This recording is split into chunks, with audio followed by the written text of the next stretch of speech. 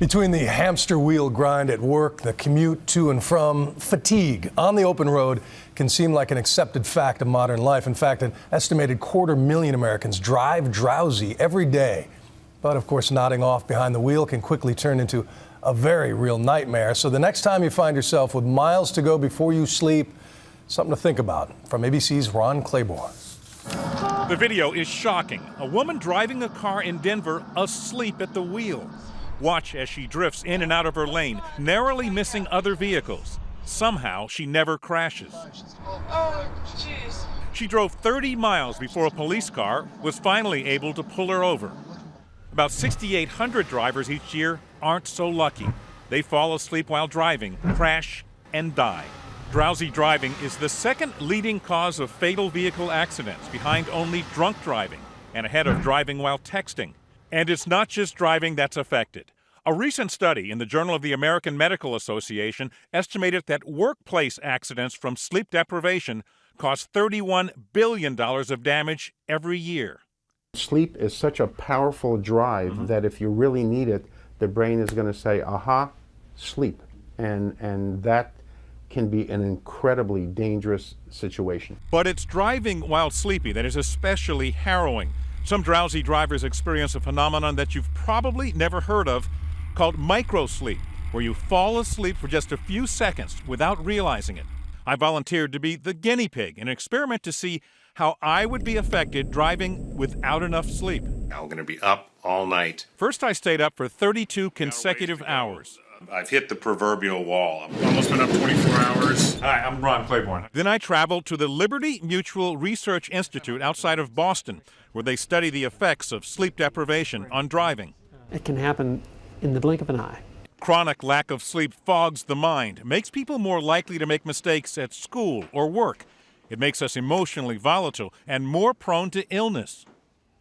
At the research lab, I was hooked up to a brain wave monitor and a device that tracks eye movement. I feel okay now, but not great. Then I got behind the wheel of a minivan.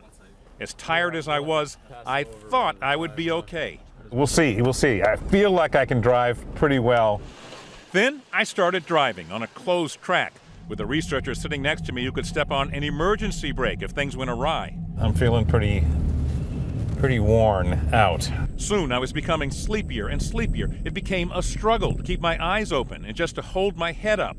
Before long, I was experiencing microsleep. I looked like a normal awake driver, but what you can't tell is that my brain is actually asleep. About half an hour in, it became more obvious. I had fallen asleep at the wheel and driven completely off the road. That was not good. I soon realized I just couldn't go on. Doc, yeah, I'm done. Okay, let's throw it into park then. Good idea. Yeah. It was just too dangerous. That was tough.